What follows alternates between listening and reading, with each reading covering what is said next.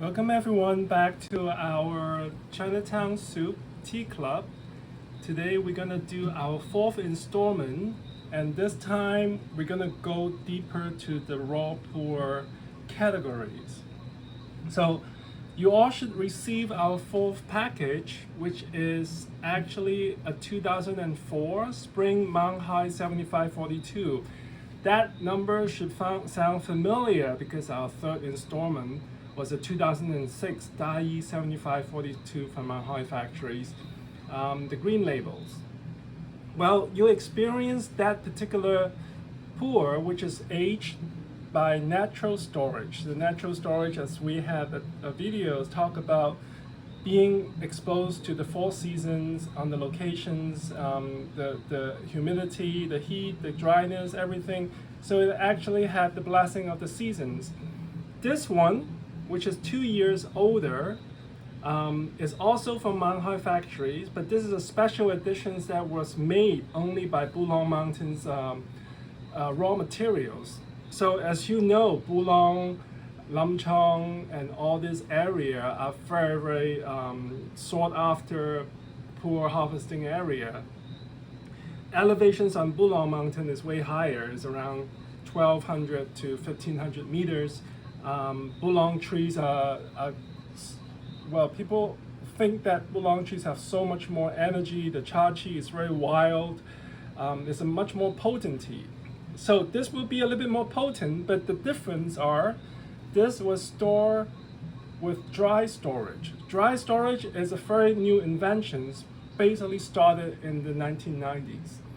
And by 2000s, like a lot of people are going for the dry storage. Dry storage do not expose the tea with different humidity and temperature fluctuations, but actually a very controlled environment, almost like a cellar. But it's a drier humidity is under 60% humidity. Sometimes people would drop it even lower, depends on the locations. So, what is the goal today? Today, the goal is to explore more about how we brew tea. As you know, as you have experienced the 3 tea that we had before, we all introduced you to how to Kung Fu brew this. And for this time, we're gonna play with not the regular rules per se, because in front of us, we have 2 kind of volumes. These are all from this offering 2004. One is a 3 grams, one is a 7 grams. You are familiar with the 7-gram brewing, but you might not be familiar with the 3 grams brewing. What this is about is mainly this is the personal adventure, because if you are doing this with the 3 grams, you can explore it by yourself. A 3 grams brewing, meaning that you have to push the tea, you have to give it more patience, and you want to find the differences between that and the higher volume tea. So again, everything is preheated, as you would know, that all your cups, all your gaiwans, every vessel that you're going to touch the tea with should be heated up on that. As you see, 3 grams in 120 ml is this little. But for a lot of new people coming in, they think this is standard, okay? For me as a standard, and for a lot of tea,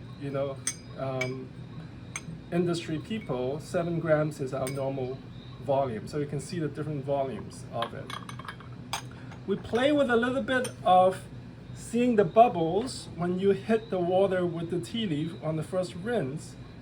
When you see that bubble, that means that the tea is sucking in the water and expanding all the air that is inside those crivets and the little gaps and whatever is still kind of breathing in that sense.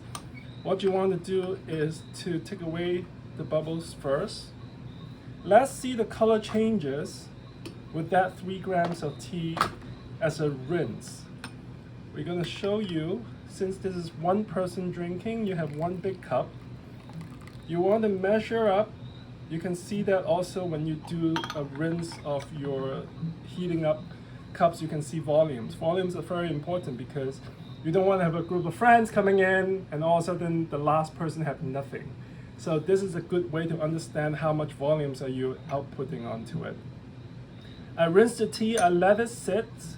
It's brewing, it's called dry brewing in there, in the sense, and I'm gonna hit it the 7 grams of it too, next to it.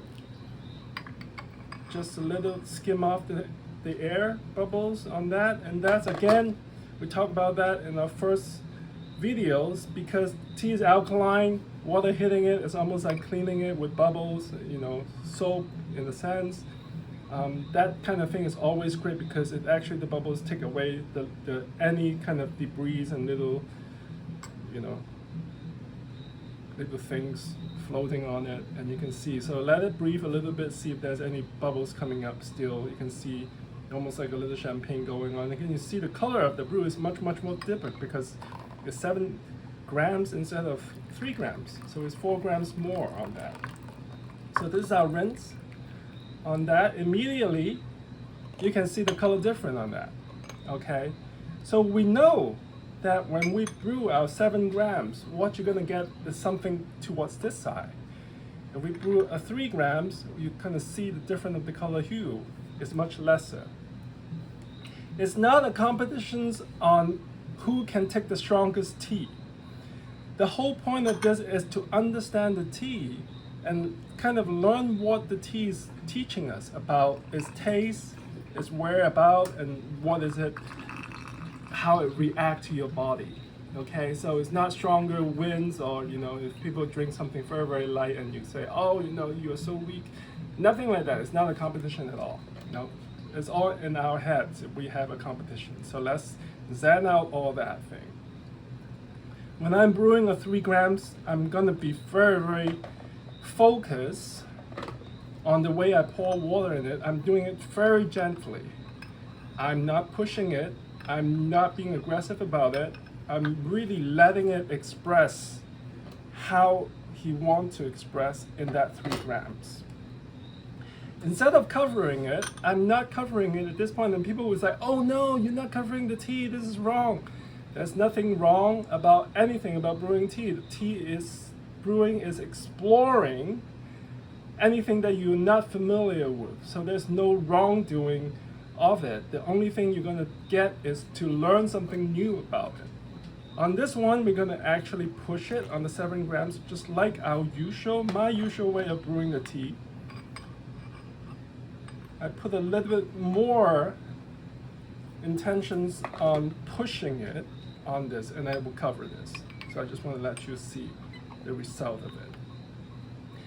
As this is already 20 seconds in, I'm going to pour it out. You can just judge on the color if you see the color in here. Okay, this is already a little bit more stronger than what our rinse color is compared to, you know, our first rinse. You can see it, this is much darker already on that one. I give it a lesser time on our 7 grams because I got more volume in here. You can still see the hue difference on that. Remember to smell your lid before you drink your tea, okay? Always look into your tea leaf, see what is going on in there, how much water is it expanding on this. Smell it, see the fragrance, recognize that fragrance in there. Remember what you smell, and then you have your first slurp of that tea. When we're doing a vertical or when we're doing a pairing, what we want to do is always drink twice on what you're going to drink first, because the first one you're going to drink in, you would not register it. So have another slurp. Understand the heaviness of the tea. Understand the aromatic, the body, how deep is it going down to your throat.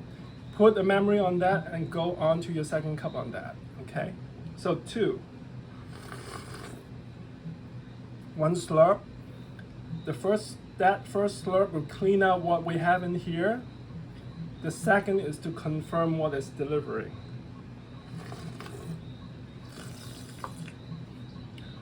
And then you go back to this.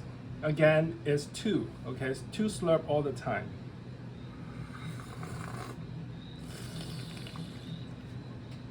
let that sit with you and see which one in that moment of your time when you're brewing the tea is what you need. Sometimes you don't need something so heavy.